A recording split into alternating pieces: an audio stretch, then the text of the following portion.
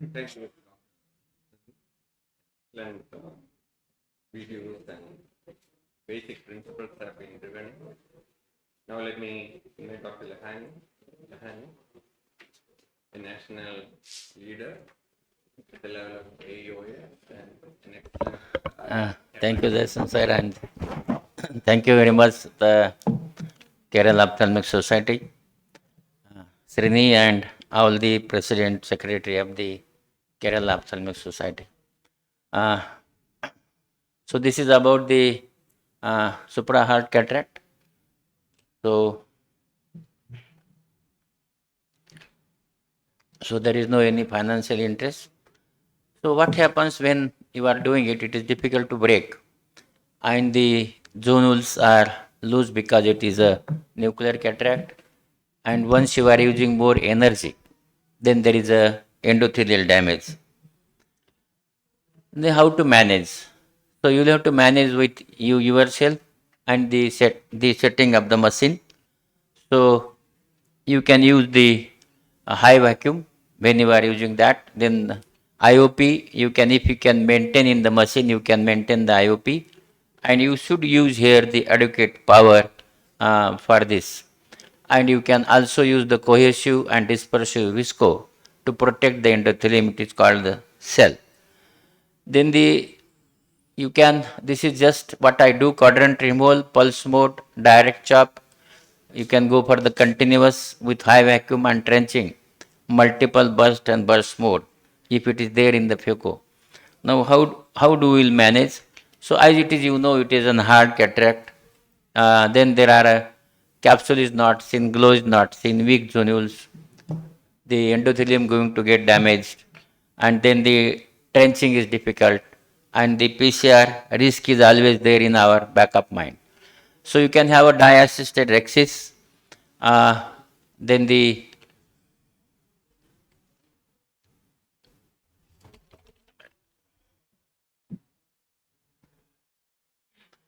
so the rexis can be done by the dye, and here whenever you are doing the rexis, so rexis should be slightly larger. Otherwise, the nucleus is very bulky, and when you are doing in the small rexis, then you don't know what has happened. But sometimes the PC is teared as the accommodation, that means the area which was less, and that tears the posterior capsule. So it is always better to have slightly larger rexis. Then the power modulation is very important. See the cataract, you can see the patients.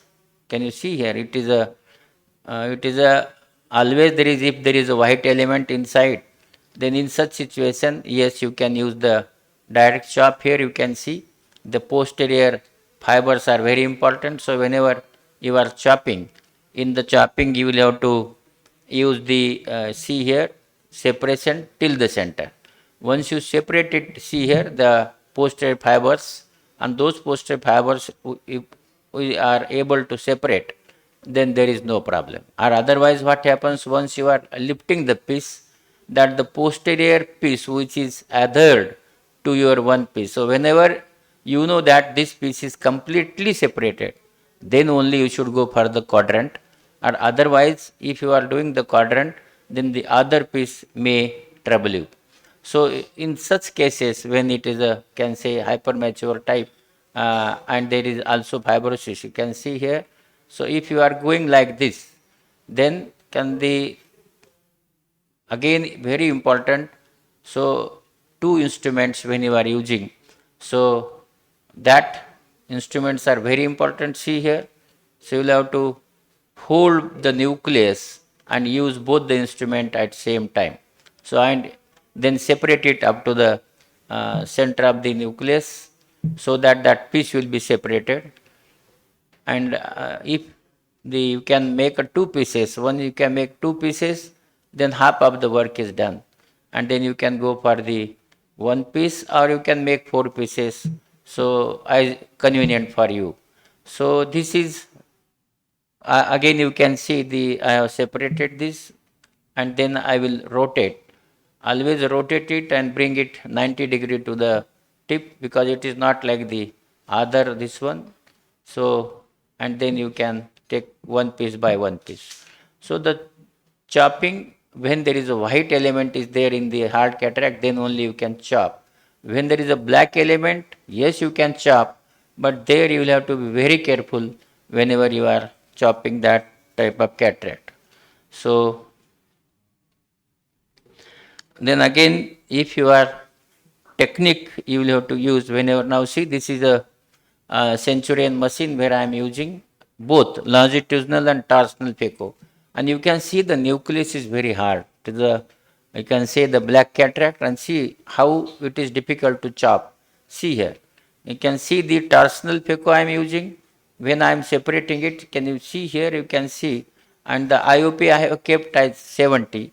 So here see the aspiration I have kept at 40, and vacuum you can see the, I have kept it at near about 500. See here the separation, and once see again the posted fibers are very important, and once you make the two pieces, again see here I am making the another pieces, and once I make those pieces then only I can proceed. See here the other side I am making it, and once I, the separation is very very important, and unless and until you know this, I think you should not go for the phacoemul. See this is a black cataract.